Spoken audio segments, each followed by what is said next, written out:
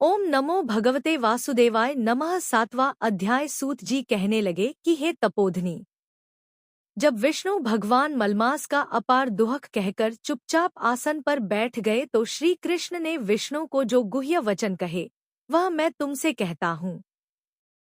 श्री पुरुषोत्तम बोले, हे विष्णु, आपने बहुत अच्छा किया जो मलमास को हाथ पकड़कर यहाँ पर ले आए। इससे लोक में महान कीर्ति पाओगे। जिसको तुमने स्वीकार किया उसको मैंने भी स्वीकार कर लिया। इसको मैं अपने समान ही करूंगा। गुण, कीर्ति, अनुभव, छंदों, ऐश्वर्य, पराक्रम, भक्तों को वरदान, मेरे समान सभी गुण इसमें होंगे। जैसे मैं लोक में प्रसिद्ध हूँ वैसे ही यह भी पुरुषोत्तम नाम से विख्यात होगा। जो गुण मुझ में है वही मैंने इसको दिए। हे जनार्दन, तुम्हारी प्रसन्नता के लिए मैंने अपने सभी गुण इसको दे दिए और मैं ही इसका स्वामी हूँ। यह पुरुषोत्तम नाम से जगत पवित्र होगा और मेरे समान होकर सब मासों का स्वामी होगा। अब यह जगत को पूज्य जगत के नमस्कार करने योग्य होकर पूजनीय होगा और पूजने वालों का दुहक, दरिद्रता का नाश करेगा। सब मास इच्छा वाले हैं, मैंने इसको इच्छा रहित किया। मनुष्यों को मोक्ष देने वाला अपने बराबर मैंने इसको किया। जो कोई इच्छा रहित या इच्छा वाला इसको पूजेगा वह अपने किए कर्मों को भस्म करके निःसंशय मुझको प्राप्त करेगा। हे गरुड़ ध्वज, महाभाग्यशाली यति, ब्रह्मचारी, महात्मा निराहारी भी परम स्थान को प्राप्त नहीं होते हैं, पर पुरुषोत्तम के भक्त मास भर में जन्म मृत्यु से रहित हो बिना श्रम के ही हरि के पद को पा सकते हैं। सब साधनों में श्रेष्ठ, सब काम तथा अर्थ को देने वाला यह पुरुषोत्तम मास सेवन योग्य है।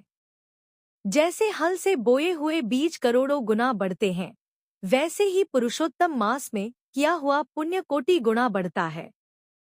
कोई चातुर्मास के व्रत यज्ञों द्वारा स्वर्ग में जाके वहां भोग को भोग कर फिर पृथ्वी में आते हैं, किंतु जो पुरुषोत्तम का आदर से विधिपूर्वक सेवन करता है वह अपने कुल का उद्धार करके असंभव के समान मुझको ही प्राप्त होता है।